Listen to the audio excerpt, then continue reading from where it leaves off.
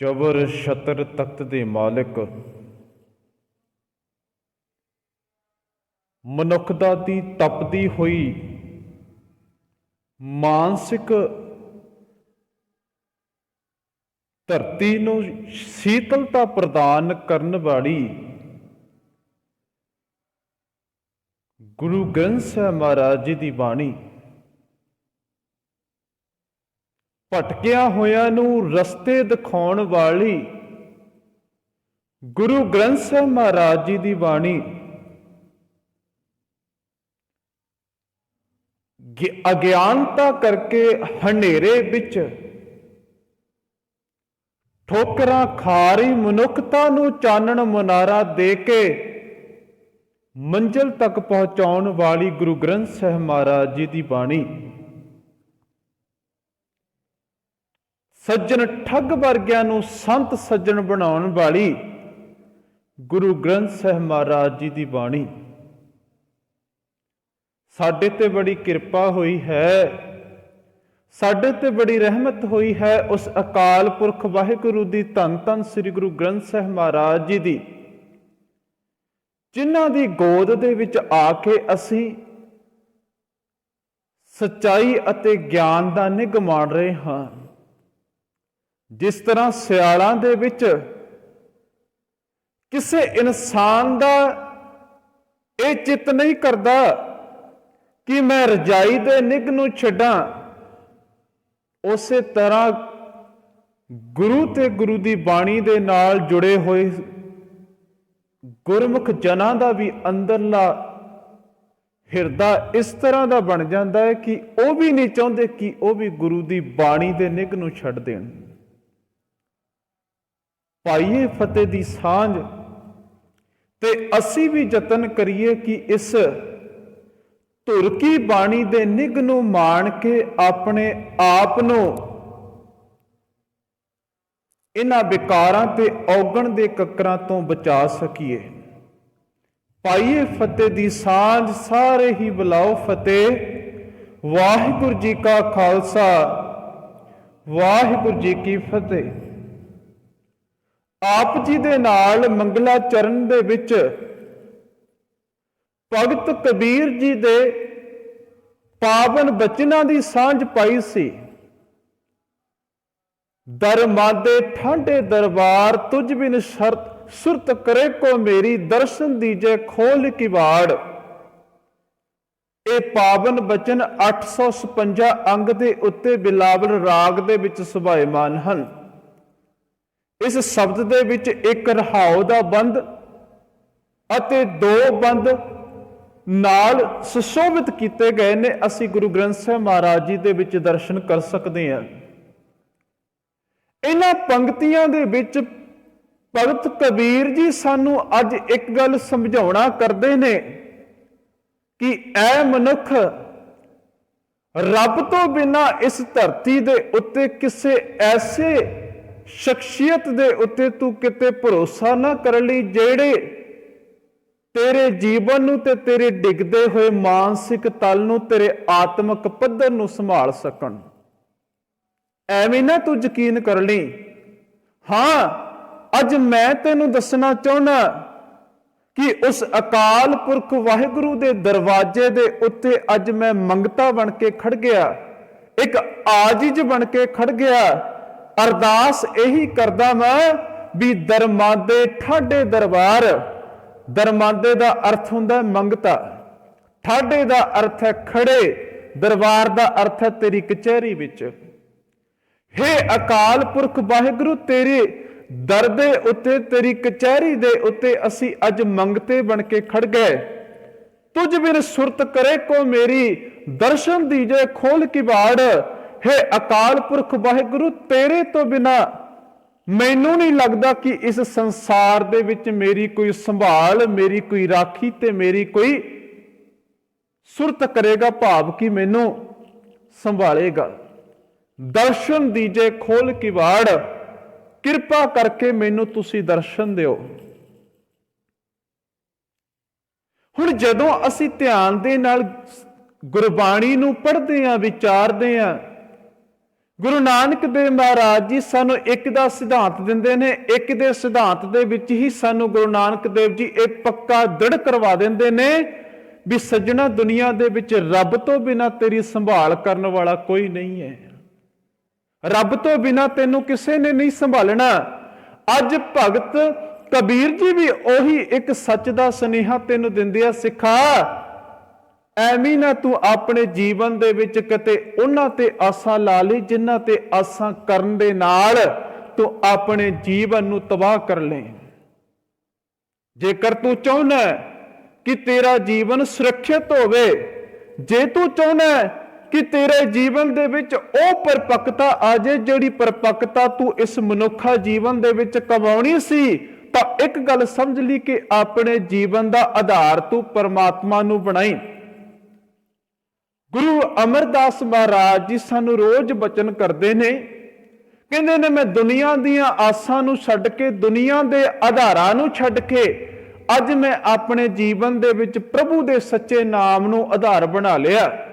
ਤੇ ਜਦੋਂ ਮੈਂ ਉਸ ਨਾਮ ਨੂੰ ਆਧਾਰ ਬਣਾਇਆ, ਉਸ ਨਾਮ ਨੂੰ ਆਪਣੇ ਜੀਵਨ ਦੀ ਨੀਂਹ ਰੱਖ ਦਿੱਤਾ, ਤਾਂ ਕੀ ਹੋਇਆ? ਮੇਰੇ ਜੀਵਨ ਦੇ ਵਿੱਚੋਂ ਉਹ ਸਾਰੀਆਂ ਹੀ ਭੁੱਖਾਂ ਚਲੀਆਂ ਗਈਆਂ ਜਿਨ੍ਹਾਂ ਭੁੱਖਾਂ ਦੇ ਕਰਕੇ ਮੈਂ ਦਰ-ਦਰ ਦੀਆਂ ਠੋਕਰਾਂ ਖਾਂਦਾ ਪਿਆ ਸੀ।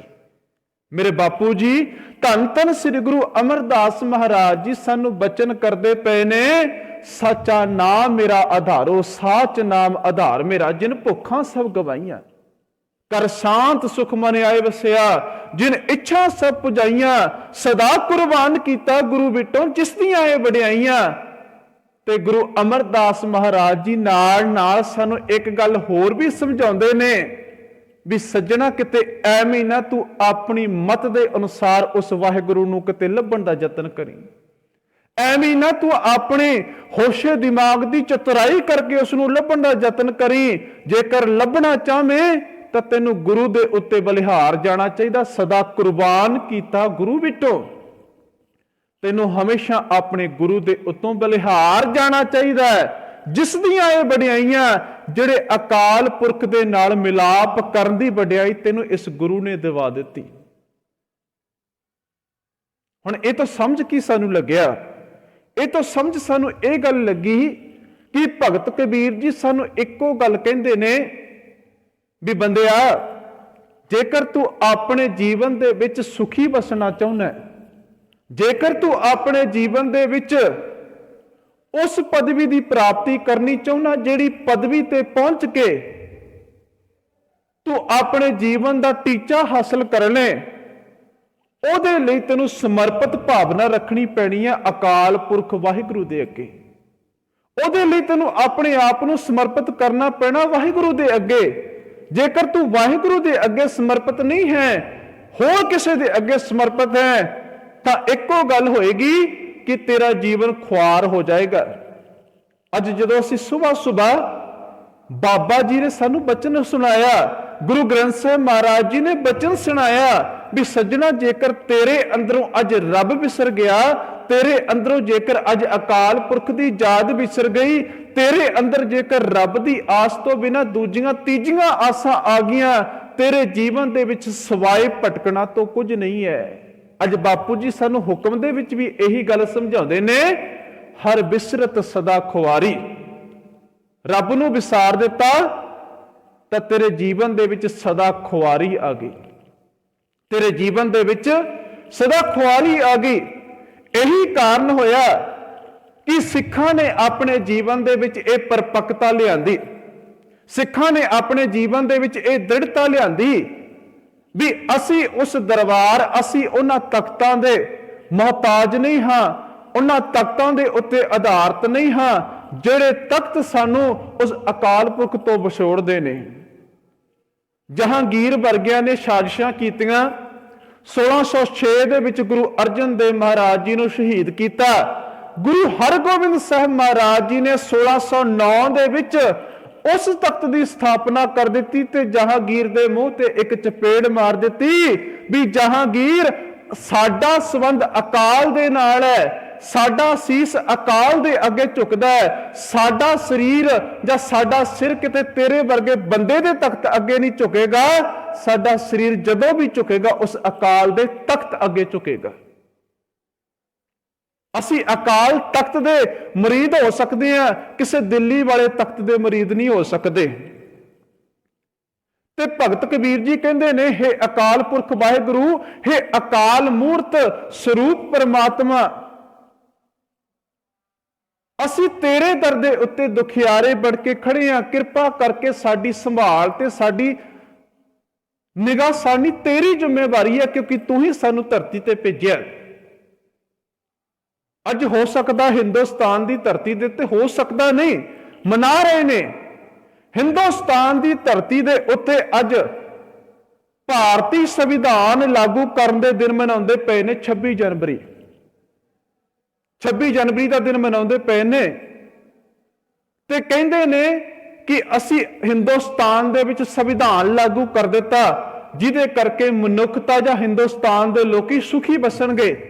ਮੈਂ ਜਰਾ ਹਿੰਦੁਸਤਾਨ ਦੇ ਸੰਵਿਧਾਨ ਦੀ ਇੱਕ ਪੰਛੀ ਜੀ ਝਾਤ ਦੱਸਣੀ ਚਾਹੁੰਦਾ। 1763 ਦੇ ਵਿੱਚ ਰੈਗੂਲੇਟਿੰਗ ਐਕਟ ਪਾਸ ਹੋਇਆ, ਜਿਹਦੇ ਵਿੱਚ ਈਸਟ ਇੰਡੀਆ ਕੰਪਨੀ ਨੇ ਆਪਣੇ ਨਿਯਮ ਬੰਗਾਲ ਦੇ ਉੱਤੇ ਲਾਗੂ ਕੀਤੇ। ਉਸ ਤੋਂ ਬਾਅਦ 1833 ਦੇ ਵਿੱਚ ਕਾਨੂੰਨ ਪਾਸ ਹੁੰਦਾ ਹੈ, ਜਿਹਦੇ ਵਿੱਚ ਗਵਰਨਰ ਜਨਰਲ ਦੀ ਵਿਵਸਥਾ ਕੀਤੀ ਜਾਂਦੀ ਹੈ। 1853 ਦੇ ਵਿੱਚ ਸੰਪੂਰਨ ਭਾਰਤ ਦੇ ਉੱਤੇ ਬ੍ਰਿਟਿਸ਼ ਸਾਮਰਾਜ ਦੀ ਘੋਸ਼ਣਾ ਕੀਤੀ ਜਾਂਦੀ ਹੈ। ਉਸ ਟਾਈਮ ਕਾਨੂੰਨ ਬਣਾਇਆ ਜਾਂਦਾ ਹੈ।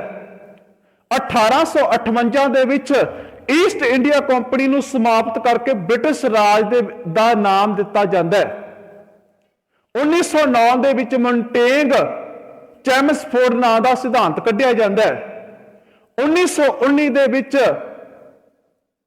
ਮਾਰਲੇ ਮਿੰਟੋ ਨਾਮ ਦਾ ਸਿਧਾਂਤ ਕੱਢਿਆ ਜਾਂਦਾ। 1935 ਦੇ ਵਿੱਚ ਕਾਨੂੰਨ ਬਣਾਇਆ ਜਾਂਦਾ ਤੇ 26 ਜਨਵਰੀ 1950 ਦੇ ਵਿੱਚ 2 ਸਾਲ 11 ਮਹੀਨੇ ਤੇ 18 ਦਿਨ ਲਾ ਕੇ ਡਾਕਟਰ ਭੀਮ ਰਾਓ ਅੰਬੇਦਕਰ ਵਰਗੇ ਮਹਾਨ ਇਸ ਕੌਮ ਦੇ ਨਹੀਂ ਕਹਿ ਸਕਦੇ, ਹਿੰਦੁਸਤਾਨ ਦੇ ਇਹ ਵਿਦਵਾਨ ਲੋਕਾਂ ਨੇ ਆਪਣੇ ਮਿਹਨਤ ਦੇ ਨਾਲ ਸੰਵਿਧਾਨ ਤਿਆਰ ਕੀਤਾ।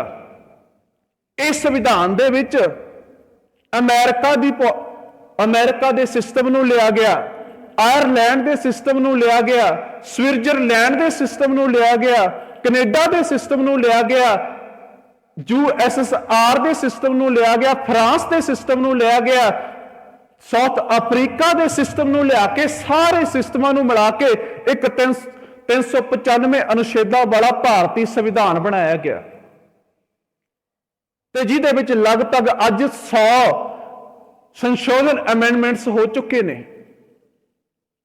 ਤੇ ਇਹਦੇ ਵਿੱਚੋਂ ਮੈਂ ਇੱਕ ਖਾਸ ਨੁਕਤੇ ਦੀ ਗੱਲ ਇਹ ਕਰਨੀ ਚਾਹੁੰਦਾ ਕਿ ਸਿੱਖਾਂ ਨੇ ਆਪਣਾ ਸੀਸ ਅਕਾਲ ਦੇ ਤਖਤ ਅੱਗੇ ਝੁਕਾਇਆ। ਸਿੱਖਾਂ ਨੇ ਕਿਸੇ ਬੰਦੇ ਦੇ ਬਣਾਏ ਹੋਏ ਤਖਤ ਅੱਗੇ ਨਹੀਂ ਝੁਕਾਇਆ, ਕਿਉਂਕਿ ਸਿੱਖਾਂ ਨੇ ਆਪਣੇ ਮਨ ਦੇ ਵਿੱਚ ਇਹ ਦ੍ਰਿੜ ਕਰ ਲਿਆ ਸੀ ਕਿ ਅਸੀਂ ਉਸ ਸਿਧਾਂਤ ਨੂੰ ਮੰਨਦੇ ਹਾਂ ਜਿਸ ਸਿਧਾਂਤ ਨੂੰ ਬਾਬਾ ਕਬੀਰ ਜੀ ਕਹਿੰਦੇ ਨੇ ਦਰਬਾਰ ਦੇ ਠੰਡੇ ਦਰਬਾਰ। ਅਸੀਂ ਉਸ ਟੀਚੇ ਦੇ ਉੱਤੇ, ਉਸ ਸਿੱਖਿਆ ਦੇ ਉੱਤੇ ਪਹਿਰਾ ਦੇਣਾ ਚਾਹੁੰਦੇ ਹਾਂ ਜਿਸ ਨੂੰ ਭਗਤ ਕਬੀਰ ਜੀ ਕਹਿੰਦੇ ਨੇ, ਤੁਝ ਬਿਨ ਸੁਰਤ ਕਰੇ ਕੋ ਮੇਰੀ ਦਰਸ਼ਨ ਦੀ ਜੇ ਖੋਲ ਕੀ ਬਾੜ। ਹੈ ਅਕਾਲ ਪੁਰਖ ਵਾਹਿਗੁਰੂ, ਤੇਰੇ ਤੋਂ ਇਲਾਵਾ ਮੇਰੀ ਦੁਨੀਆ ਦੇ ਵਿੱਚ ਕਿਸੇ ਨੇ ਸਾਂਝ ਤੇ ਸੰਭਾਲ ਨਹੀਂ ਕਰਨੀ। ਹੁਣ ਇਸ 395 ਅਨੁਛੇਦਾਂ ਵਾਲੇ ਸੰਵਿਧਾਨ ਦੇ ਵਿੱਚ ਅਨੁਛੇਦ ਨੰਬਰ 14 ਤੋਂ ਲੈ ਕੇ 18 ਤੱਕ ਦੀ ਗੱਲ ਕੀਤੀ ਜਾਂਦੀ ਹੈ, ਜਿਹਦੇ ਵਿੱਚ ਰਾਈਟ ਆਫ ਇਕੁਐਲਿਟੀ ਆਉਂਦਾ, ਸਮਾਨਤਾ ਦਾ ਅਧਿਕਾਰ।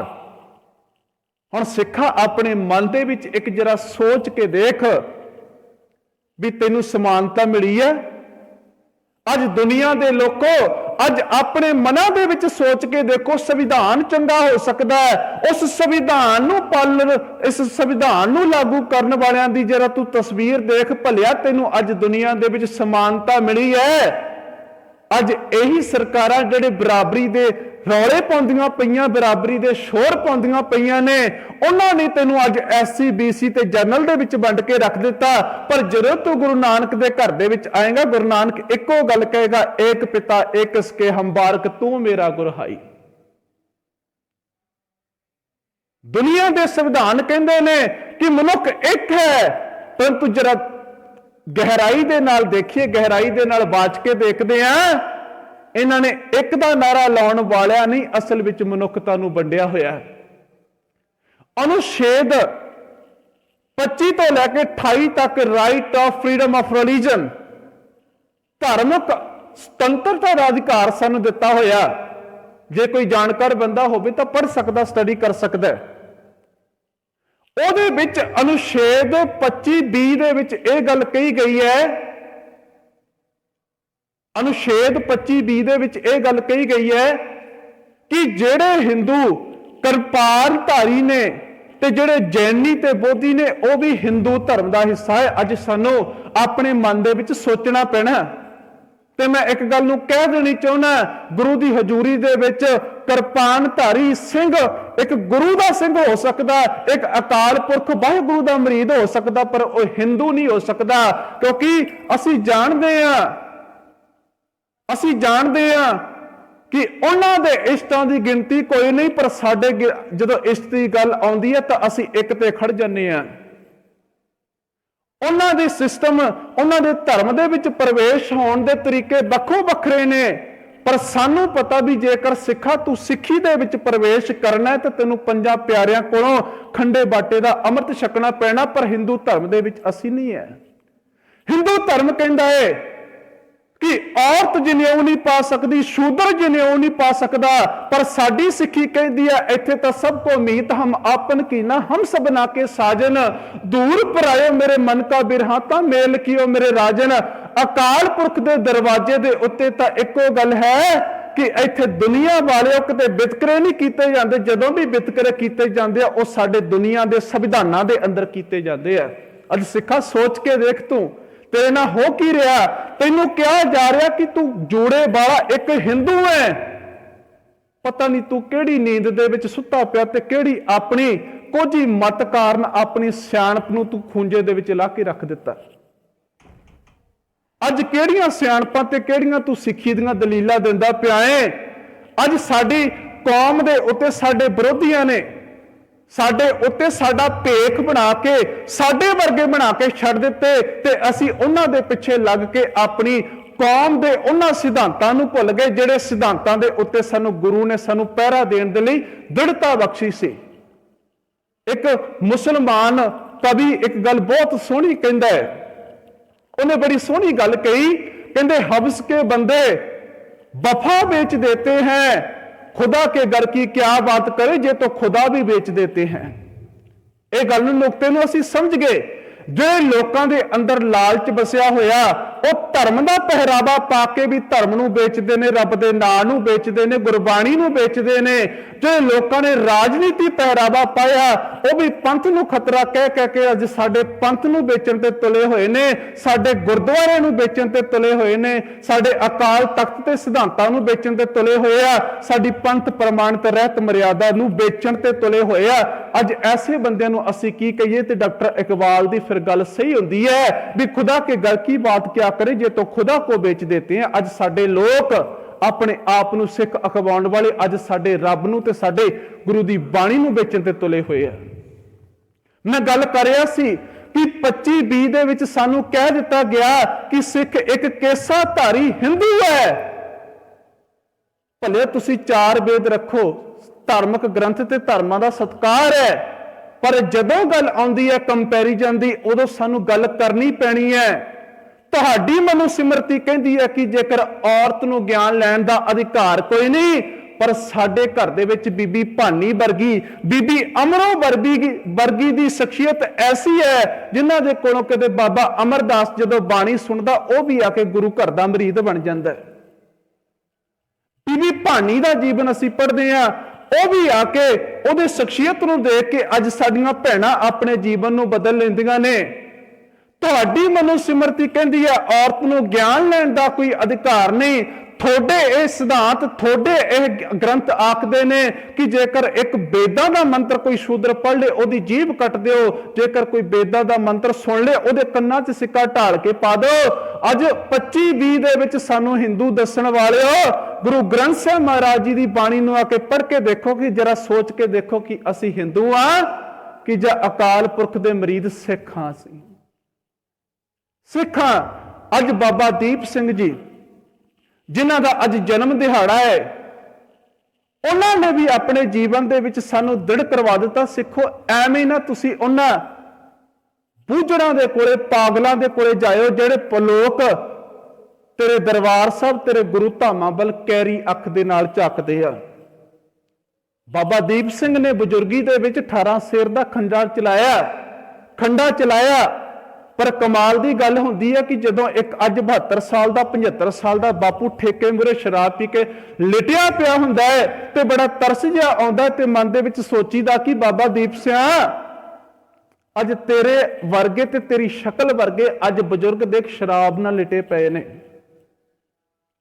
ਜਦ ਇੱਕ 72 ਸਾਲ ਦਾ 75 ਸਾਲ ਦਾ ਬਜ਼ੁਰਗ ਚਿੱਟੀ ਦਾੜੀ ਵਾਲਾ ਸੜਕ ਦੇ ਉੱਤੇ ਕਿਸੇ ਬੈਠੀ ਸੱਤ ਦੇ ਵਿੱਚ ਬੈਠਾ ਤਾਂਸ ਦੇ ਪੱਤਿਆਂ ਨੂੰ ਫੜ ਕੇ ਮਸਕਰੀਆਂ ਦੇ ਨਾਲ ਗੱਲਾਂ ਕਰਦਾ, ਮੈਂ ਸੋਚਦਾ ਹੁੰਨਾ ਕਿ ਬਾਬਾ ਦੀਪ ਸਿੰਘ ਜੀ ਅੱਜ ਦੇਖ ਲੈ, ਇੱਕ ਤੂੰ ਵੀ ਸੀ ਚਿੱਟੇ ਦਾੜੇ ਵਾਲਾ ਬਾਪੂ ਤੇ ਅੱਜ ਇਹ ਵੀ ਸਾਡਾ ਇੱਕ ਚਿੱਟੇ ਦਾੜੇ ਵਾਲਾ ਬਾਪੂ ਜਿਹੜਾ ਸਵਾਏ ਮਸਕਰੀ ਤੋਂ ਇਹਦੇ ਕੋਲ ਪੱਲੇ ਕੁਝ ਹੋਰ ਰਿਹਾ ਕੋਈ ਨਹੀਂ।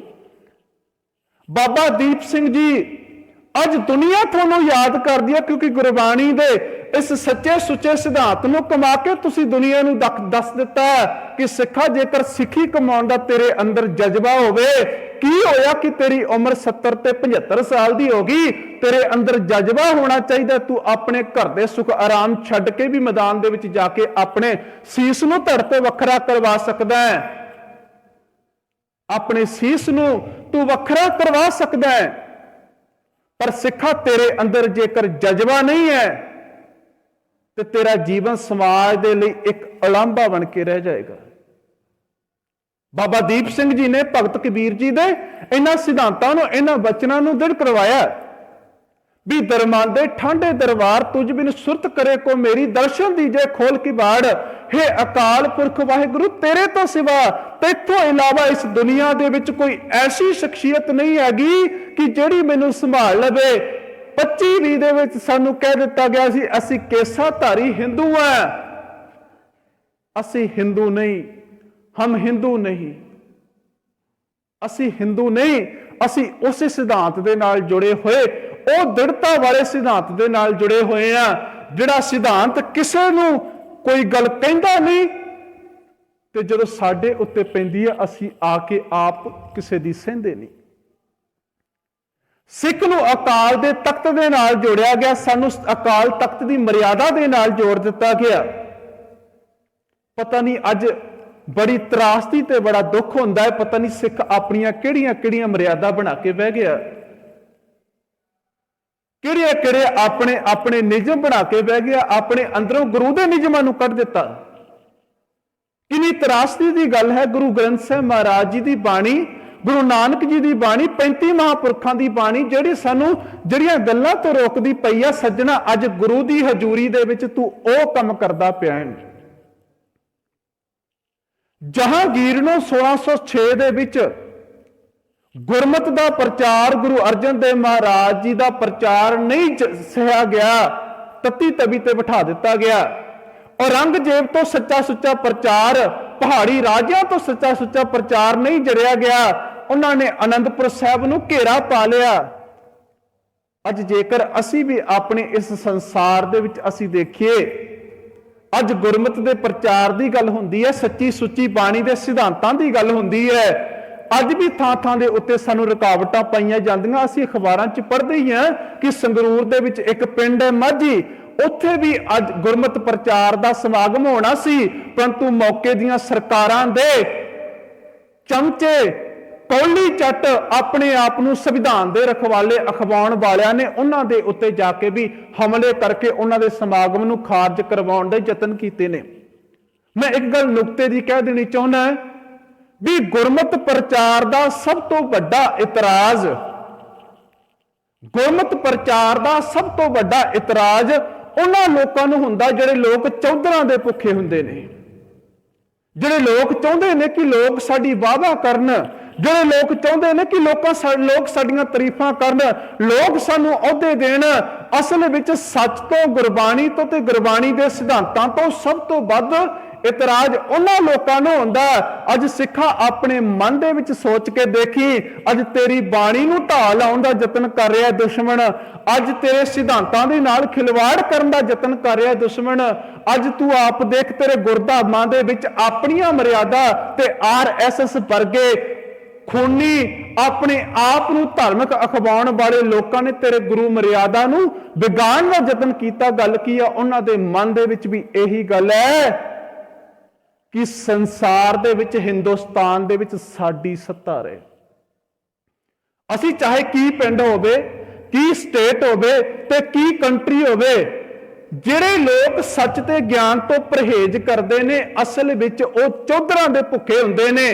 ਤੇ ਚੌਧਰਾਂ ਦੇ ਭੁੱਖੇ ਕਦੇ ਲੋਕ ਇਹ ਨਹੀਂ ਚਾਹੁੰਦੇ ਕਿ ਕਿਸੇ ਕੰਟਰੀ, ਕਿਸੇ ਮੁਲਕ ਦਾ ਕੋਈ ਨਾਗਰਿਕ ਗਿਆਨਵਾਨ ਹੋ ਜੇ, ਉਹ ਗਿਆਨਵਾਨ ਹੋ ਜੇ।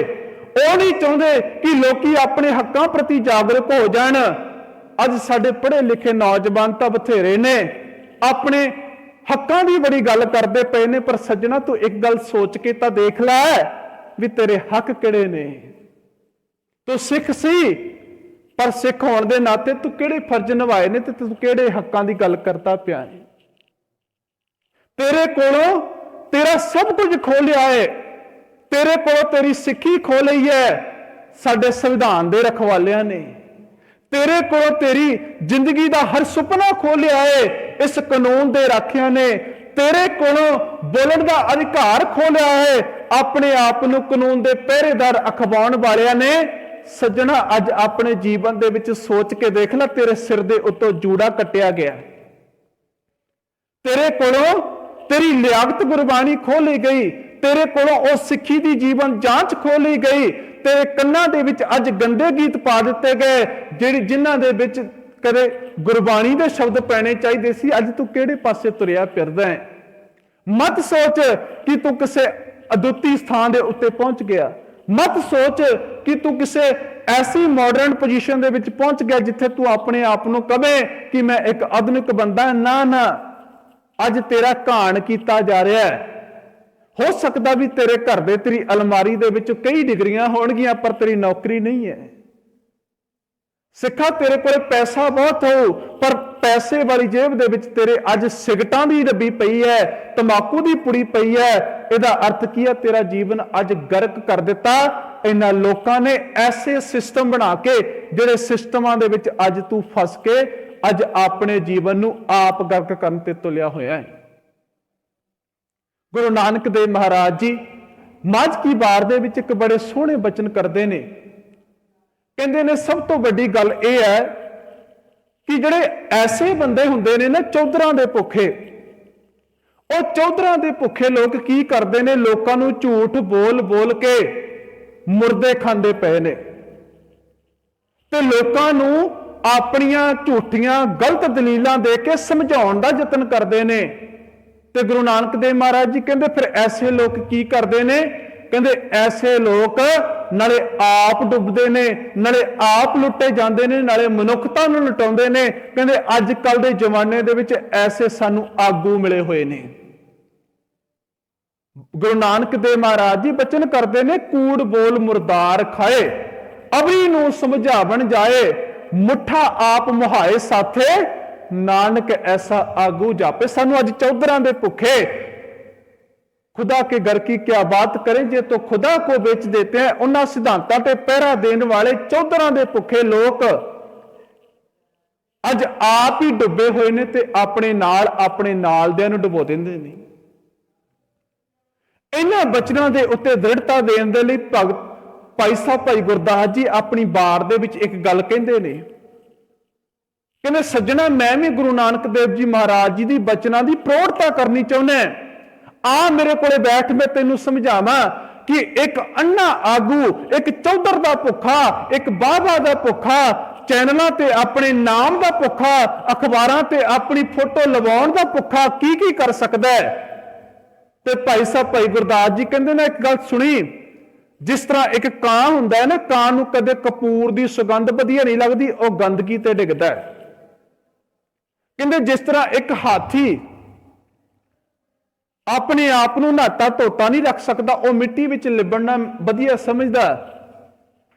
ਜਿਸ ਤਰ੍ਹਾਂ ਇੱਕ ਕੌੜ ਤੁੰਮਾ ਜਿੰਨਾ ਮਰਜੀ ਉਹਨੂੰ ਆਪਾਂ ਸਵਾਲ ਲਈਏ ਸਿੰਗਾਰ ਲਈਏ ਪਰ ਆਪਣੀ ਕੜਤਣ ਨਹੀਂ ਛੱਡਦਾ। ਜਿਸ ਤਰ੍ਹਾਂ ਇੱਕ ਸਿੰਬਲ ਦੇ ਰੁੱਖ ਨੂੰ ਜਿੰਨਾ ਮਰਜੀ ਅਸੀਂ ਪੂਜ ਲਈਏ ਉਹਦੇ ਉੱਤੇ ਕੋਈ ਫਲ ਨਹੀਂ ਆ ਸਕਦਾ। ਜਿਸ ਤਰ੍ਹਾਂ ਇੱਕ ਨਾਮ ਤੋਂ ਸਖਣਾ ਮਨੁੱਖ ਸਤ ਸੰਗਤ ਦੇ ਵਿੱਚ ਨਹੀਂ ਆ ਸਕਦਾ, ਇਸ ਤਰ੍ਹਾਂ ਦਾ ਇੱਕ ਅੰਨਾ ਆਗੂ, ਇੱਕ ਚੌਧਰ ਦਾ ਭੁੱਖਾ, ਇੱਕ ਅਗਿਆਨਤਾ ਦਾ ਭੁੱਖਾ, ਇੱਕ ਗਫਲਤ ਦਾ ਭੁੱਖਾ ਇਨਸਾਨ ਆਪ ਵੀ ਡੁੱਬਦਾ ਹੈ ਤੇ ਨਾਲ ਆਪਣੇ ਮਨੁੱਖਤਾ ਤੇ ਦੂਜਿਆਂ ਨੂੰ ਵੀ ਡੁਬੋ ਦਿੰਦਾ ਹੈ। ਭਾਈ ਸਾਹਿਬ ਭਾਈ ਗੁਰਦਾਸ ਜੀ ਬਚਨ ਕਰਦੇ ਨੇ, ਕਾਉ ਕਪੂਰ ਨ ਭਾਵੇ ਸੌਗੰਧ ਸੁਖਾਵੇ, ਹਾਥੀ ਨੀਰ ਪਖਾਲੀਏ ਸ਼ਿਰਸ਼ਾਰ ਉਡਾਵੇ, ਤੁਮੇ ਅੰਮ੍ਰਿਤ ਸਿੰਚੀਏ ਕੋੜਤ ਨ ਜਾਵੇ, ਸਿਮਲ ਰੁਖ ਸਰੇਬੀਏ ਹੱਥ ਫਲ ਨ ਆਵੇ, ਨਿੰਦਕ ਨਾਮ ਵੀ ਹੋਣਿਆ ਸਤ ਸੰਗ ਨ ਭਾਵੇ, ਅੰਧਾ ਆਗੂ ਜੇ ਥੀਏ ਸਭ ਸਾਥ ਮੁਹਾਵੇ। ਜਿਹੜਾ ਅੱਜ ਗੁਰਬਾਣੀ ਤੋਂ ਸਖਣਾ ਚੌਧਰ ਦੇ ਵਿੱਚ ਫਸਿਆ ਹੋਇਆ ਉਹ ਅਸਲ ਵਿੱਚ ਅੰਨਾ ਆਗੂ ਹੈ, ਜਿਹਦੇ ਕੋਲੇ ਗਿਆਨ ਦੀ ਸੋਝੀ ਕੋਈ ਨਹੀਂ, ਜਿਹਦੇ ਕੋਲੇ ਗੁਰਬਾਣੀ ਦੀ ਅਕਲ ਕੋਈ ਨਹੀਂ। ਅੰਧਾ ਆਗੂ ਜੇ ਥੀਏ, ਜੇਕਰ ਸਾਨੂੰ ਅੰਨਾ ਇੱਕ ਚੌਧਰ ਦਾ ਭੁੱਖਾ, ਇੱਕ ਅਗਿਆਨਤਾ ਬਸ ਆਗੂ ਸਾਨੂੰ ਮਿਲ ਜਾਵੇ, ਉਹ ਆਪ ਵੀ ਡੁੱਬਿਆ ਹੋ ਜਾਂਦਾ ਤੇ ਸਾਰੀ ਮਨੁੱਖਤਾ ਨੂੰ ਵੀ ਡੋਬਦਾ। ਸੱਜਣਾ, ਜੇਕਰ ਤੂੰ ਆਗੂ ਬਣਨਾ ਚਾਹੁੰਦਾ, ਤੂੰ ਅੱਜ ਸਾਡਾ ਲੀਡਰ ਬਣਨਾ ਚਾਹੁੰਦਾ, ਅੱਜ ਬਾਬਾ ਦੀਪ ਸਿੰਘ ਵਰਗਿਆਂ ਦੀ ਤੂੰ ਸ਼ਖਸੀਅਤ ਨੂੰ ਦੇਖ, ਸਰਦਾਰ ਕਪੂਰ ਸਿੰਘ ਵਰਗਿਆਂ ਦੀ ਸ਼ਖਸੀਅਤ ਨੂੰ ਦੇਖ, ਕਦੇ ਤੂੰ ਸ਼ਖਸੀਅਤ ਨੂੰ ਦੇਖ ਸ਼ਾਮ ਸਿੰਘ ਅਟਾਰੀ ਵਰਗਿਆਂ ਦੀ ਨੂੰ, ਕਦੇ ਤੂੰ ਦੇਖ ਸ਼ਖਸੀਅਤ ਹਰੀ ਸਿੰਘ ਨਲੂਏ ਵਰਗਿਆਂ ਦੀ ਨੂੰ। ਤੈਨੂੰ ਸ਼ਰਮ ਆਏਗੀ ਕਿ ਕਿੱਥੇ ਬਾਬਾ ਦੀਪ ਸਿੰਘ ਜੀ ਸਨ ਤੇ ਕਿੱਥੇ ਭਾਈ ਹਰੀ ਸਿੰਘ ਨਲੂਆ ਜੀ ਸਨ ਤੇ ਕਿੱਥੇ ਅੱਜ ਤੇਰਾ ਕਿਰਦਾਰ ਹੈ ਜਿਹੜਾ ਅੱਜ ਰੱਬ ਤੇ ਰੱਬ ਦੇ ਸਿਧਾਂਤਾਂ ਨੂੰ, ਗੁਰਬਾਣੀ ਦੇ ਅਸੂਲਾਂ ਨੂੰ ਵੇਚਣ ਤੇ ਤੁਲਿਆ ਹੋਇਆ ਹੈ। ਸਿੱਖਾ ਆਪਣੇ ਅੰਦਰੋਂ ਪ੍ਰਧਾਨਗੀਆਂ ਕੱਢ, ਸਿੱਖਾ ਆਪਣੇ ਅੰਦਰੋਂ ਚਾਪਲੂਸੀਆਂ ਲੀਡਰੀਆਂ ਕੱਢ। ਅੱਜ ਜੇਕਰ ਤੂੰ ਗੁਰੂ ਦੇ ਕੋਲੇ ਆਉਣਾ ਚਾਹੁੰਦਾ, ਇੱਕ ਸਿੱਖ ਬਣ ਕੇ ਆ, ਸਿੱਖ ਬਣ ਕੇ ਆ। ਬੜੀ ਤਰਾਸਦੀ ਦੀ ਗੱਲ ਹੈ, ਅੱਜ ਸਾਡੇ ਪ੍ਰਧਾਨ, ਅੱਜ ਸਾਡੇ ਮੰਤਰੀ, ਅੱਜ ਸਾਡੇ ਸੈਕਟਰੀ, ਅੱਜ ਸਾਡੇ ਚੌਧਰੀ ਬਹੁਤ ਨੇ ਪਰ ਅੱਜ ਸਿੱਖ ਬਹੁਤ ਘੱਟ ਨੇ। ਅੱਜ ਲੋੜ ਹੈ ਕਿ ਅਸੀਂ ਸਿੱਖ ਬਣੀਏ, ਚੌਧਰਾਂ ਨੂੰ ਠੁਕਰਾਈਏ, ਕਿਉਂਕਿ ਜਦੋਂ ਇੱਕ ਸਿੱਖ ਚੌਧਰ ਦੇ ਪਿੱਛੇ ਪੈ ਜਾਂਦਾ ਹੈ ਉਹ ਗੁਰਬਾਣੀ ਦੇ ਨਾਲ ਖਿਲਵਾੜ ਕਰੇਗਾ ਹੀ ਕਰੇਗਾ। ਜਿਹੜਾ ਇਨਸਾਨ ਦਿਖਾਵੇ ਪਿੱਛੇ ਪੈ ਗਿਆ ਉਹ ਗੁਰਬਾਣੀ ਦੇ ਨਾਲ ਖਿਲਵਾੜ ਕਰੇਗਾ ਹੀ ਕਰੇਗਾ। ਉਹ ਗੁਰਬਾਣੀ ਦੇ ਸਿਧਾਂਤਾਂ ਨੂੰ ਵਿਗਾੜੇਗਾ, ਗੁਰਬਾਣੀ ਦੀ ਮਰਿਆਦਾ ਨੂੰ ਵਿਗਾੜੇਗਾ, ਉਹ ਆਪਣੀ ਮਤ ਅਨੁਸਾਰ ਗੁਰਬਾਣੀ ਦਾ ਸਿਸਟਮ ਕਰੇਗਾ। ਅਸੀਂ ਦੇਖਦੇ ਹੀ ਆ, ਸਾਡੇ ਆਸ-ਪਾਸ ਚੱਲਦਾ ਹੀ ਪਿਆ ਵਾ। ਗੁਰਬਾਣੀ ਸਾਨੂੰ ਕੀ ਕਹਿੰਦੀ ਹੈ, ਗੁਰਬਾਣੀ ਸਾਨੂੰ ਕੀ ਦਿਸ਼ਾ ਨਿਰਦੇਸ਼ ਦਿੰਦੀ ਹੈ? ਕੇਵਲ ਪਹਿਰਾਵੇ ਦਾ ਦਿਖਾਵਾ, ਕੇਵਲ ਗੁਰਬਾਣੀ ਦੇ ਨਾਲ ਵਿਸ਼ਵਾਸਘਾਤ। ਕਿਸੇ ਨੂੰ ਕੋਈ ਮਨ ਦੇ ਵਿੱਚ ਸਵਾਲ ਹੋਵੇ, ਦਾਸ ਨੂੰ ਪੁੱਛ ਕੇ ਲੈਣਾ। ਜਿੰਨੀਆਂ ਵੀ ਵਿਚਾਰਾਂ ਕੀਤੀਆਂ ਦਾਸ ਨੂੰ ਪੁੱਛ ਸਕਦੇ ਹੋ, ਆਪ ਜੀ ਦਾ ਅਧਿਕਾਰ ਹੈ। You have right to ask anything regarding this lecture. ਅੱਜ ਭੇਖ, ਅੱਜ ਪਹਿਰਾਵਾ ਬਹੁਤ ਸੋਹਣਾ ਹੈ ਤੇ ਮਾਫ ਕਰਨਾ, ਜਦੋਂ ਅੰਦਰੋਂ ਅਸੀਂ ਦੇਖਦੇ ਹਾਂ ਸਾਡੇ ਅੰਦਰ ਸਿੱਖ ਦੇ ਰੂਪ ਦੇ ਵਿੱਚ ਅੰਦਰ ਅਸੀਂ ਸੱਪ ਬਣਾਈ ਬੈਠੇ ਆ। ਇੱਕ ਤਾਂ ਮੱਸਾ ਉਹ ਸੀ ਜਿਹਨੂੰ ਸੁੱਖਾ ਸਿੰਘ ਤੇ ਮਹਿਤਾਬ ਸਿੰਘ ਨੇ ਮਾਰਿਆ ਸੀ, ਇੱਕ ਨਰੈਣੂ ਮਹੰਤ ਉਹ ਸੀ ਜੀ ਤੋਂ ਲక్ష్మణ ਦਾਸ ਵਰਗਿਆਂ ਨੇ, ਲక్ష్మణ ਸਿੰਘ ਜੀ ਵਰਗਿਆਂ ਨੇ ਨਨਕਾਣਾ ਸਾਹਿਬ ਨੂੰ ਮੁਕਤ ਕਰਵਾਇਆ ਸੀ। ਅੱਜ ਸੁੱਖਾ ਸਿੰਘ ਮਹਿਤਾਬ ਸਿੰਘ ਦੇ ਕਤਲ ਕੀਤੇ ਮੱਸੇ ਰੰਗੜ ਨਰੈਣੂ ਮਹੰਤ ਸਾਡੇ ਗੁਰਦੁਆਰਾ ਸਾਹਿਬ ਤੇ ਅੱਜ ਵੀ ਕਬਜ਼ੇ ਕਰੀ ਬੈਠੇ ਆ। ਉਹਨਾਂ ਨੂੰ ਗੁਰਬਾਣੀ ਬਾਰੇ ਸੋਝੀ ਕੋਈ ਨਹੀਂ, ਉਹਨਾਂ ਨੂੰ ਗੁਰਬਾਣੀ ਮਰਿਆਦਾ ਦੀ ਸੋਝੀ ਕੋਈ ਨਹੀਂ, ਰਹਿਤ ਮਰਿਆਦਾ ਦੀ ਸੋਝੀ ਕੋਈ ਨਹੀਂ। ਜਦੋਂ ਕੋਈ ਜਾ ਕੇ ਸਵਾਲ ਪੁੱਛਾਂਗੇ ਤਾਂ ਉਹਨਾਂ ਦੇ ਕੋਲੇ ਜਵਾਬ ਕੋਈ ਨਹੀਂ ਹੁੰਦਾ। ਸੱਜਣਾ, ਜੇਕਰ ਤੇਰੇ ਕੋਲੇ ਅੱਜ ਜਵਾਬ ਨਹੀਂ ਤਾਂ ਗੁਰੂ ਨਾਨਕ ਨੂੰ ਜਵਾਬ ਕੀ ਦੇਂਗਾ ਤੂੰ? ਗੁਰੂ ਨਾਨਕ ਨੂੰ ਤੂੰ ਕੀ ਜਵਾਬ ਦੇਂਗਾ ਵੀ ਜਿਹੜੇ ਅਸੂਲਾਂ ਦੇ ਨਾਲ ਮੈਂ ਜੋੜਿਆ ਸੀ, ਅੱਜ ਮੇਰੀ ਹਜ਼ੂਰੀ ਦੇ ਵਿੱਚ ਤੂੰ ਮੇਰਾ ਹੀ ਬਣ ਕੇ ਮਰਿੰਦਾ, ਮੇਰਾ ਹੀ ਵਜ਼ੀਰ ਬਣ ਕੇ ਤੂੰ ਲੋਕਾਂ ਨੂੰ ਗਲਤ ਰਾਹ ਦੇ ਵਿੱਚ ਗਮਰਾਹ ਕਰ ਰਿਹਾ। ਕਿਹੜੇ ਜਾ ਕੇ ਤੂੰ ਉਸ ਗੁਰੂ ਨਾਨਕ ਦੀ ਦਰਗਾਹ ਦੇ ਵਿੱਚ ਜਾ ਕੇ ਤੂੰ ਜਵਾਬ ਦੇਂਗਾ? ਤੇ ਭਗਤ ਕਬੀਰ ਜੀ ਸਾਨੂੰ ਅੱਜ ਇਹੀ ਬਚਨ ਕਰਦੇ ਨੇ ਵੀ ਹੇ ਅਕਾਲ ਪੁਰਖ ਵਾਹਿਗੁਰੂ, ਤੇਰੇ ਦਰ ਦੇ ਉੱਤੇ ਅਸੀਂ ਆ ਕੇ ਮੰਗਤੇ ਬਣ ਕੇ ਖੜ ਗਏ, ਤੇਰੇ ਦਰਵਾਜ਼ੇ ਦੇ ਉੱਤੇ ਆ ਕੇ ਅਸੀਂ ਦੁਖਿਆਰੇ ਬਣ ਕੇ ਖੜ ਗਏ। ਤੇ ਸਾਨੂੰ ਨਹੀਂ ਲੱਗਦਾ ਕਿ ਤੇਰੇ ਤੋਂ ਇਲਾਵਾ ਇਸ ਦੁਨੀਆ ਦੇ ਵਿੱਚ ਸਾਡੀ ਸੰਭਾਲ ਕਰਨ ਵਾਲਾ ਕੋਈ ਹੋਰ ਪੈਦਾ ਹੋ ਸਕਦਾ ਹੈ। ਤੈਥੋਂ ਬਿਨਾਂ ਸਾਡੀ ਇਸ ਸੰਸਾਰ ਦੇ ਵਿੱਚ ਕਿਸੇ ਨੇ ਦੇਖਭਾਲ, ਕਿਸੇ ਨੇ ਰਾਖੀ ਨਹੀਂ ਕਰਨੀ। ਇਸ ਕਰਕੇ ਤੇਰੇ ਦਰਵਾਜ਼ੇ ਦੇ ਉੱਤੇ ਆਇਆ ਸਿੱਖਾ, ਤੂੰ ਵੀ ਅੱਜ ਗੁਰੂ ਗ੍ਰੰਥ ਸਾਹਿਬ ਮਹਾਰਾਜ ਜੀ ਦੇ ਦਰਵਾਜ਼ੇ ਦੇ ਉੱਤੇ ਖੜ,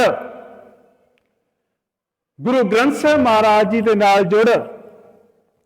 ਐਵੇਂ ਨਾ ਤੂੰ ਚੌਧਰਾਂ ਦੇ ਪਿੱਛੇ ਲੜੀ ਜਾ, ਐਵੇਂ ਨਾ ਤੂੰ ਚੌਧਰਾਂ ਦੇ ਪਿੱਛੇ ਕੋਝੀਆਂ ਸਾਜ਼ਿਸ਼ਾਂ ਕਰ। ਅੱਜ ਸਾਡੇ 1984 ਕੀ ਹੋਇਆ, 1966 ਕੀ ਹੋਇਆ, 2015 ਕੀ ਹੋਇਆ, ਅੱਜ ਸਾਨੂੰ ਮਾਰ ਦਿੱਤਾ ਉਹਨਾਂ ਆਪਣੇ ਆਪ ਨੂੰ ਸਿੱਖ ਅਖਵਾਉਣ ਵਾਲਿਆਂ ਨੇ, ਜਿਨ੍ਹਾਂ ਨੇ ਆਪਣੇ ਅੰਦਰੋਂ ਗੁਰਬਾਣੀ ਛੱਡ ਕੇ ਕੋਝੀ ਸਾਜ਼ਿਸ਼ ਨੂੰ ਆਪਣੇ ਜੀਵਨ ਦਾ ਆਧਾਰ ਬਣਾ ਲਿਆ। ਅਸੀਂ ਬਗਾਨਿਆਂ ਨੂੰ ਕੀ ਕਹੀਏ, ਸਾਡੇ ਤਾਂ ਆਪਣੇ ਨਾਸੂਰ ਬਣ ਕੇ ਸਾਡੀ ਸਿੱਖ ਕੌਮ ਦੇ ਉੱਤੇ ਇੱਕ ਕਲੰਕ ਬਣ ਕੇ ਰਹਿ ਗਏ। ਸਿੱਖਾ ਅੱਜ ਜਾਗ, ਜੇ ਤੂੰ ਚਾਹੁੰਦਾ ਕਿ ਤੇਰੇ ਜੀਵਨ ਦਾ ਢਾਂਚਾ ਵਧੀਆ ਰਹੇ, ਛੱਡ ਦੁਨੀਆ ਦੇ ਸੰਵਿਧਾਨਾਂ ਨੂੰ। ਅੱਜ ਤੂੰ ਇੱਕੋ ਇੱਕ ਸੰਵਿਧਾਨ ਨੂੰ ਅਪਣਾ ਲੈ। ਉਹ ਸੰਵਿਧਾਨ ਇਹੀ ਹੈ ਵੀ ਸਭ ਸਿੱਖਣ ਕੋ ਹੁਕਮ ਹੈ ਗੁਰੂ ਮਾਨਿਓ ਗ੍ਰੰਥ। ਤੂੰ ਗੁਰੂ ਗ੍ਰੰਥ ਸਾਹਿਬ ਮਹਾਰਾਜ ਜੀ ਦੇ ਬਾਣੀ ਦੇ ਸੱਚੇ ਸੁੱਚੇ ਸੰਵਿਧਾਨ ਨੂੰ ਆਪਣੇ ਜੀਵਨ 'ਚ ਅਪਣਾ ਲੈ। ਜਿਸ ਦਿਨ ਤੇਰੇ ਜੀਵਨ ਦੇ ਵਿੱਚ ਇਹ ਸੰਵਿਧਾਨ ਲਾਗੂ ਹੋ ਗਿਆ, ਬਾਬਾ ਦੀਪ ਸਿੰਘ ਵਰਗਿਆਂ ਵਾਂਗੂ ਤੂੰ ਵੀ ਬਗਾਨਿਆਂ ਦੀਆਂ ਧੀਆਂ ਭੈਣਾਂ ਦੀ ਇੱਜ਼ਤ ਬਚਾ ਕੇ ਉਹਨਾਂ ਦੇ ਘਰਾਂ ਵਿੱਚ ਬਾੜੇਗਾ। ਪਰ ਜੇਕਰ ਤੇਰੇ ਜੀਵਨ ਦੇ ਵਿੱਚ ਗੁਰਬਾਣੀ ਦਾ ਸਿਧਾਂਤ ਲਾਗੂ ਨਹੀਂ ਹੁੰਦਾ ਤੇ ਬਗਾਨੇ ਦੀ ਧੀ ਭੈਣ ਦੇ ਪ੍ਰਤੀ ਤੇਰੀ ਗੰਦਲੀ ਨਜ਼ਰ ਨੂੰ ਕੋਈ ਰੋਕ ਨਹੀਂ ਸਕਦਾ। ਤੇਰੇ ਜੀਵਨ ਦੇ ਵਿੱਚ ਗੁਰਬਾਣੀ ਦਾ ਸਿਧਾਂਤ ਹੋਵੇਗਾ, ਗੁਰੂ ਗੋਬਿੰਦ ਸਿੰਘ ਜੀ ਮਹਾਰਾਜ ਵਾਂਗੂ ਆਪਣੇ ਘਰ ਨੂੰ ਫੂਕ ਕੇ ਬਗਾਨਿਆਂ ਦਾ ਘਰ ਬਚਾਵੇਂਗਾ। ਪਰ ਜੇਕਰ ਤੇਰੇ ਜੀਵਨ ਦੇ ਵਿੱਚ ਇਹ ਸੰਵਿਧਾਨ ਲਾਗੂ ਨਹੀਂ ਹੈ ਤੇ ਲੋਕਾਂ ਦੇ ਹੱਕਾਂ ਨੂੰ ਮਾਰ-ਮਾਰ ਕੇ ਆਪਣੇ ਧੀਆਂ ਪੁੱਤਰਾਂ ਦਾ ਪੇਟ ਭਰੇਗਾ। ਅੱਜ ਫੈਸਲਾ ਤੂੰ ਕਰਨਾ ਹੈ ਕਿ ਤੂੰ ਸੱਚ ਦੇ ਸੰਵਿਧਾਨ ਦੇ ਨਾਲ ਜੁੜਨਾ ਕਿ ਕੱਚ ਦੇ ਸੰਵਿਧਾਨ ਦੇ ਨਾਲ ਜੁੜਨਾ। ਸਿੱਖਾ ਤੈਨੂੰ ਲੋੜ ਹੈ, ਤੂੰ ਕਾਲਜਾਂ ਯੂਨੀਵਰਸਿਟੀਆਂ ਦੇ ਵਿੱਚ ਪੜ੍ਹ, ਪਰ ਮਾਫ ਕਰਨਾ ਤੇਰੀ ਗਿਣਤੀ ਤੇ ਤੇਰੀ ਰੇਸ, ਤੇਰੀ ਦੌੜ ਉੱਥੇ ਵੀ ਬੜੀ ਪਿੱਛੇ ਹੈ, ਬੜੀ ਪਿੱਛੇ ਹੈ ਤੂੰ। ਜਦੋਂ IPS IAS ਦੇਖਦੇ ਆ ਉੱਥੇ ਵੀ ਤੂੰ ਬੜਾ ਪਿੱਛੇ ਖੜਾ ਹੈ। ਜਦੋਂ ਤੈਨੂੰ ਸਿੱਖੀ ਵੱਲ ਦੇਖਦੇ ਆ ਤੂੰ ਉੱਥੇ ਵੀ ਬੜਾ ਪਿੱਛੇ ਖੜਾ ਹੈ। ਪਰ ਜਦੋਂ ਤੈਨੂੰ ਹੁੱਲੜਬਾਜ਼ੀ 'ਚ ਦੇਖਦੇ ਆ ਸਭ ਤੋਂ ਅੱਗੇ, ਚੌਧਰ 'ਚ ਦੇਖਦੇ ਆ ਸਭ ਤੋਂ ਅੱਗੇ, ਨਸ਼ੇ 'ਚ ਦੇਖਦੇ ਆ ਸਭ ਤੋਂ ਅੱਗੇ, ਚੌਧਰਾਂ ਦੇ ਲਈ ਆਪਣਿਆਂ ਦਾ ਕਤਲ ਕਰਨ ਦੇ ਵਿੱਚ ਸਭ ਤੋਂ ਅੱਗੇ। ਸਿੱਖਾਂ ਜਿਹੜੇ ਕੰਮਾਂ ਦੇ ਵਿੱਚ ਤੂੰ ਸਭ ਤੋਂ ਅੱਗੇ ਹੋਣਾ ਚਾਹੀਦਾ ਸੀ, ਅੱਜ ਪਿੱਛੇ ਹੈ। ਇਸ ਪਿੱਛੇ ਹੋਣ ਕਰਕੇ ਅੱਜ ਤੂੰ ਲੁੱਟਿਆ ਗਿਆ, ਤੇਰੀ ਕੌਮ ਲੁੱਟੀ ਗਈ, ਤੇਰੀ ਕੌਮ ਦੇ ਸਿਧਾਂਤ ਲੁੱਟੇ ਗਏ, ਅੱਜ ਕੌਮ ਦੀ ਮਰਿਆਦਾ ਲੁੱਟੀ ਗਈ। ਅੱਜ ਸਿੱਖਾ ਤੂੰ ਆਪਣੇ ਮਨ ਦੇ ਵਿੱਚ ਸੋਚ ਕੇ ਦੇਖ, ਵਿਚਾਰ ਕੇ ਦੇਖ, ਤੂੰ ਕਿਹੜੀ ਗੱਲ ਦੇ ਉੱਤੇ ਮਾਣ ਪਿਆ ਕਰਦਾ ਹੈ। ਅੱਜ ਜਿਹੜੇ ਗੱਲਾਂ ਦੇ ਉੱਤੇ ਤੂੰ ਮਾਣ ਕਰਨਾ ਸੀ, ਜਿਹੜੇ ਸਿਧਾਂਤਾਂ ਨੂੰ ਤੂੰ ਮਾਣ ਆਪਣੇ ਮਨ ਦੇ ਵਿੱਚ ਰੱਖ ਕੇ ਫਕਰ ਕਰਨਾ ਸੀ, ਉਹਨਾਂ ਸਿਧਾਂਤਾਂ ਨੂੰ ਅੱਜ ਕੋਝੀਆਂ ਸਾਜ਼ਿਸ਼ਾਂ ਵਾਲੇ ਬੈਰੀਆਂ ਨੇ ਖਤਮ ਕਰਨ ਤੇ ਖੋਖਲਾ ਕਰਨ ਦਾ ਯਤਨ ਕਰਦੇ ਪਏ ਨੇ। ਅੱਜ ਆਪਣੇ ਜੀਵਨ ਦੇ ਵਿੱਚ ਸੱਚੇ ਸੁੱਚੇ ਤੇ ਗਿਆਨ ਦੇ ਸੰਵਿਧਾਨ, ਧੰਨ ਧੰਨ ਸ੍ਰੀ ਗੁਰੂ ਗ੍ਰੰਥ ਸਾਹਿਬ ਮਹਾਰਾਜ ਜੀ ਦੀ ਬਾਣੀ ਨੂੰ ਅਪਣਾ। ਤੇਰਾ ਲੋਕ ਵੀ ਸੁਖੀ ਹੋ ਜਾਏਗਾ, ਤੇਰਾ ਪਰਲੋਕ ਵੀ ਸੁਖੀ ਹੋ ਜਾਏਗਾ। ਅੱਜ ਸੰਵਿਧਾਨ ਤਾਂ ਬੜੇ ਨੇ, ਪਰ ਨਸ਼ੇ ਕਿੱਥੋਂ ਬੰਦ ਹੋ ਗਏ? ਸੰਵਿਧਾਨ ਤਾਂ ਬੜੇ ਨੇ, ਭਰੂਣ ਹੱਤਿਆ ਕਿੱਥੋਂ ਬੰਦ ਹੋ ਗਈ? ਅੱਜ ਸੰਵਿਧਾਨ ਤਾਂ ਬੜੇ ਨੇ, ਧਰਮ ਦੇ ਨਾਂ ਤੇ ਲੁੱਟਣ ਵਾਲੇ ਬੜੇ ਨੇ। ਅੱਜ ਸੰਵਿਧਾਨ ਤਾਂ ਬੜੇ ਨੇ। ਉਹ ਸੱਜਣਾ, ਅੱਜ ਸ਼ੂਦਰ ਨੂੰ ਅੱਜ ਵੀ ਕਹਿ ਦਿੱਤਾ ਜਾਂਦਾ ਆਪਣਾ ਵੱਖਰਾ ਗੁਰਦੁਆਰਾ ਬਣਾ ਕੇ ਬਹਿ, ਤੈਨੂੰ ਇੱਥੇ ਆਉਣ ਦਾ ਅਧਿਕਾਰ ਕੋਈ ਨਹੀਂ। ਸੰਵਿਧਾਨ ਤਾਂ ਬੜੇ ਨੇ ਸੱਜਣਾ। ਦੁਨੀਆ ਦੇ ਵਿੱਚ ਅੱਜ ਧਾਰਮਿਕ ਸਥਾਨਾਂ ਤੇ ਪਹਿਲਾਂ ਤੇਰੀ ਜਾਤ ਪੁੱਛੀ ਜਾਂਦੀ ਹੈ, ਪਰ ਜੇਕਰ ਤੇਰੇ ਜੀਵਨ ਦੇ ਅੰਦਰ ਗੁਰਬਾਣੀ, ਗੁਰਮਤਿ ਸੰਵਿਧਾਨ ਲਾਗੂ ਹੋ ਜੇ ਸੱਜਣਾ, ਤੇਰੇ ਜੀਵਨ ਦਾ ਆਧਾਰ ਇਸ ਦੁਨੀਆ ਦੇ ਵਿੱਚ ਸੱਚ ਬਣ ਜਾਏਗਾ, ਸਨਮਾਨਤਾ ਬਣ ਜਾਏਗੀ। ਅਸੀਂ ਵੀ ਆਪਣੇ ਜੀਵਨ ਦੇ ਵਿੱਚ ਤਸਵੀਰ ਦੇਖੀਏ ਕਦੇ ਬਾਬਾ ਦੀਪ ਸਿੰਘ ਵਰਗਿਆਂ ਦੀ, ਤਸਵੀਰ ਦੇਖੀਏ ਗੁਰਮਤਿ ਸਿਧਾਂਤ ਦੀ, ਤਾਂ ਸਾਨੂੰ ਮਨ ਦੇ ਵਿੱਚ ਕਿਤੇ ਨਾ ਕਿਤੇ ਅਹਿਸਾਸ ਹੋਵੇਗਾ ਵੀ ਸੱਜਣਾ, ਜਿਹੜੀ ਤਸਵੀਰ ਤੇ ਜਿਹੜੀ ਤਕਦੀਰ ਤੈਨੂੰ ਗੁਰੂ ਨੇ ਦਿੱਤੀ ਸੀ, ਉਹਨੂੰ ਤੂੰ ਆਪਣੇ ਚੋਂ ਵਿਸਾਰੀ ਬੈਠਾ ਹੈ। ਅੱਜ ਤੂੰ ਆਪਣੇ ਅੰਦਰ ਉਹ ਤਸਵੀਰ ਨੂੰ ਲੈ ਕੇ ਆ, ਤੇ ਤਾਂ ਹੀ ਤੇਰਾ ਇਹ ਜੀਵਨ ਸਫਲ ਹੈ। ਤਾਂ ਹੀ ਤੂੰ ਆਪਣੇ ਆਪ ਨੂੰ ਉਹਨਾਂ ਸਿੰਘਾਂ ਦੀ, ਉਹਨਾਂ ਸ਼ਹੀਦਾਂ ਦੀ ਕਤਾਰ ਦੇ ਵਿੱਚ ਖੜਾ ਸਮਝ ਸਕਦਾ ਹੈ, ਜਿਹੜੇ ਸ਼ਹੀਦਾਂ ਨੂੰ ਅਸੀਂ ਅੱਜ ਯਾਦ ਕਰ ਰਹੇ ਹਾਂ, ਜਿਨ੍ਹਾਂ ਨੂੰ ਅੱਜ ਅਸੀਂ ਨਮਸਕਾਰ ਕਰਦੇ ਹਾਂ, ਸਲਾਮ ਕਰਦੇ ਹਾਂ। ਅੱਜ ਸਾਡੇ ਵੱਲੋਂ ਵੀ ਜੇਕਰ ਸੱਚੀ ਸੁੱਚੀ ਸ਼ਰਧਾਂਜਲੀ ਬਾਬਾ ਦੀਪ ਸਿੰਘ ਜੀ ਦੇ ਜੀਵਨ ਤੇ ਹੈ ਤਾਂ ਸਿੱਖੋ ਅਸੀਂ ਵੀ ਉਹਨਾਂ ਦੇ ਜੀਵਨ ਦੇ ਵਿੱਚੋਂ 1-2% ਦਾ ਕਿਰਦਾਰ ਕਮਾ ਲਈਏ। ਕਿਤੇ ਐਵੇਂ ਨਾ ਹੋਵੇ, ਅੰਤ ਦੇ ਵਿੱਚ ਮੈਂ ਇੱਕੋ ਗੱਲ ਕਵਾਂ, ਐਵੇਂ ਨਾ ਹੋਵੇ ਕਿ ਸਾਡਾ ਮਾਘ ਦਾ ਮਹੀਨਾ ਖਤਮ ਹੋ ਜੇ ਤੇ ਸੰਗਤ ਦਾ ਵੀ ਘਟਣਾ ਸ਼ੁਰੂ ਹੋ ਜੇ। ਅਸੀਂ ਆਪ ਫੈਸਲਾ ਕਰਨਾ ਹੈ ਵੀ ਅਸੀਂ ਲੰਗਰਾਂ, ਪਕੌੜਿਆਂ, ਬ੍ਰੈਡਾਂ, ਸਮੋਸਿਆਂ ਨਾਲ ਤੇ ਚਾਹ ਨਾਲ ਜੁੜੇ ਹੋਏ ਆ ਕਿ ਗੁਰੂ ਦੀ ਬਾਣੀ ਨਾਲ ਜੁੜੇ ਹੋਏ ਆ। ਤੇ ਜੇਕਰ ਮਾਘ ਤੋਂ ਬਾਅਦ ਫੱਗਣ ਦੇ ਵਿੱਚ ਸਮਝ ਲਓ ਸਾਡੀ ਗਿਣਤੀ ਘਟ ਗਈ, ਅਸੀਂ ਗੁਰਦੁਆਰਾ ਸਾਹਿਬ ਆਉਣਾ ਬੰਦ ਕਰ ਦਿੱਤਾ, ਸਮਝ ਲਓ ਅਸੀਂ ਗੁਰੂ ਤੇ ਗੁਰੂ ਦੀ ਬਾਣੀ ਦੇ ਨਾਲ ਨਹੀਂ ਜੁੜੇ ਹੋਏ। ਅਸੀਂ ਜਿੱਥੇ ਜੁੜੇ ਆ ਸਾਨੂੰ ਪਤਾ ਹੈ, ਜੇਕਰ ਅਸੀਂ ਆਉਨੇ ਆ ਤਾਂ ਮੁਬਾਰਕ ਹੈ, ਹੋ ਸਕਦਾ ਮੈਂ ਗਲਤ ਹੋਵਾਂ। ਅਸੀਂ ਫੈਸਲਾ ਕਰਨਾ, ਤੇ ਜੇਕਰ ਅਸੀਂ ਗੁਰੂ ਨਾਲ ਜੁੜੇ ਆ ਸਾਨੂੰ ਦੁਨੀਆ ਦੀ ਕੋਈ ਤਾਕਤ ਲੁੱਟ ਨਹੀਂ ਸਕਦੀ। ਤੇ ਜੇਕਰ ਅਸੀਂ ਦੂਜੇ ਪਾਸੇ ਜੁੜੇ ਹੋਏ ਆ ਤੇ ਦੁਨੀਆ ਨੇ ਸਾਨੂੰ ਖਾਣ ਦੇ ਨਾਂ ਦੇ ਉੱਤੇ, ਕੁਝੀਆਂ ਸਾਜ਼ਿਸ਼ਾਂ ਦੇ ਨਾਂ ਦੇ ਉੱਤੇ ਲੁੱਟ ਲੈਣਾ। ਅਸੀਂ ਲਟਾਉਣਾ ਨਹੀਂ, ਆਪਣੇ ਆਪ ਨੂੰ ਸੁਚੇਤ ਕਰਕੇ ਆਪ ਵੀ ਬਚਣਾ ਤੇ ਦੂਜੇ ਲੋਕਾਂ ਨੂੰ ਜਿਨ੍ਹਾਂ ਦੀ ਲੁੱਟ ਹੋ ਰਹੀ ਆ ਉਹਨਾਂ ਨੂੰ ਵੀ ਬਚਾਉਣਾ। ਇੰਨੀਆਂ ਕੁ ਬੇਨਤੀਆਂ ਪ੍ਰਵਾਨ।